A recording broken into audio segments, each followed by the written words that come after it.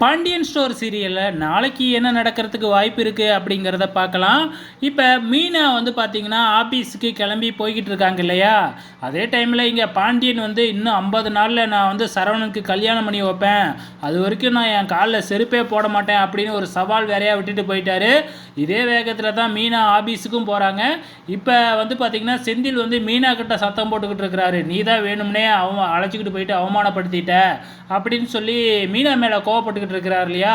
அதனால் கண்டிப்பாக மீனா வந்து ஆஃபீஸுக்கு போயிட்டு பொண்ணோட அம்மா கிட்ட ஏன் இப்படி கூப்பிட்டு வச்சு அவமானப்படுத்துனீங்க, நான் எல்லாத்தையும் சொல்லி தானே அழைச்சிக்கிட்டு வந்தேன், அப்புறம் எதுக்கு வந்ததுக்கப்புறம் திருப்பி அதே காரணத்தை சொன்னீங்க அப்படின்னு கேள்வி கேட்பாங்க. ஸோ கண்டிப்பாக மாப்பிள்ளையோட அப்பா வந்து மாப்பிள்ளையோட அம்மா கிட்ட சொல்லியிருப்பாங்க, பொண்ணோட அப்பா வந்து பொண்ணோட அம்மா கிட்ட சொல்லியிருப்பாங்க இல்லையா?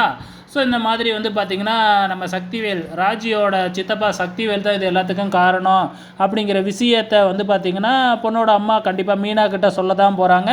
ஸோ மீனா உண்மை தெரிஞ்சதுன்னா கண்டிப்பாக கோவப்பட தான் போகிறாங்க. நேராக வந்து மீனாலாம் சாதாரண ஆளாக நேராக வந்து அவங்கக்கிட்டேயே சண்டைக்கு போகிறதுக்கும் வாய்ப்புகள் இருக்குது, ஏன் இப்படி பண்ணீங்க அப்படின்னு சொல்லிட்டு நேரடியாக வந்து கேள்வி கேட்குறதுக்கும் வாய்ப்புகள் இருக்குது. அப்படி இல்லைனா நேராக வந்து கோமதி கிட்ட வந்து சொல்லிவிடுவாங்க. ஸோ கோமதி வந்து பார்த்திங்கன்னா மறுபடியும் போயிட்டு பிரச்சனை பண்ணுவாங்கன்னு நினைக்கிறேன். வெயிட் பண்ணி பார்க்கலாம்.